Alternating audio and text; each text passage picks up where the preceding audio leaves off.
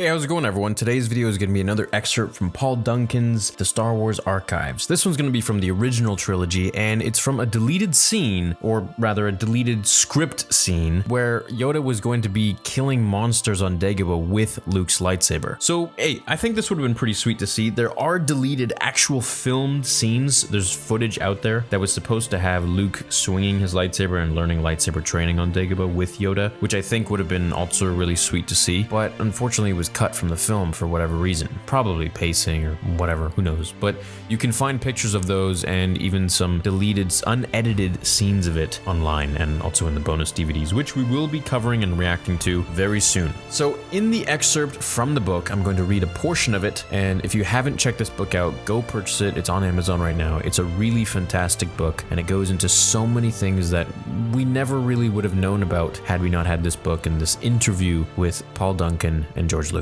So George says about this scene, it was really supposed to be Obi-Wan Kenobi teaching Luke to become a Jedi, but unfortunately I killed him, so I had to create Yoda. I didn't want to repeat Obi-Wan Kenobi, I wanted to do something different. All he had to do was teach Luke how to become a Jedi, and that was mostly a lot of talking, which of course is what we got in the film. There was a lot of dialogue, it was a lot of Yoda teaching Luke to practice patience and to understand the Force, that it was in everything. George goes on to say that this can be very boring. So I said I need something that 12-year-old kids will watch. I made him short, I made him funny, baby-like. And so here's the actual excerpt from the script that obviously didn't make it on film. Minch, and Minch is actually Yoda's first name, uses Luke's laser sword to kill a monster that attacks them and reveals what a great warrior he is. He tells Luke that he could be that good also if he would just settle down and practice. He must concentrate to learn the ways of the Force. So in this little cutscene, we could have seen Yoda probably summon Luke's lightsaber from his belt, ignite it, and to see Yoda use a blue blade would have been pretty surreal because we really only seen him with his green one. And to even see him using a full-sized hilt in his tiny little Yoda hands would have also been pretty interesting because after all of this time, he's still able to master a large lightsaber. It would have looked pretty funny on him because I don't know if you knew this or not or noticed, but his lightsaber is actually much smaller than a normal one. I wonder if they would later add this scene in CGI, perhaps if they were to create it today or even as a fan project. What powers and abilities would Yoda have mastered at this point that he didn't exactly use in the prequel trilogy? Because being in exile on Dagobah during this time after Order 66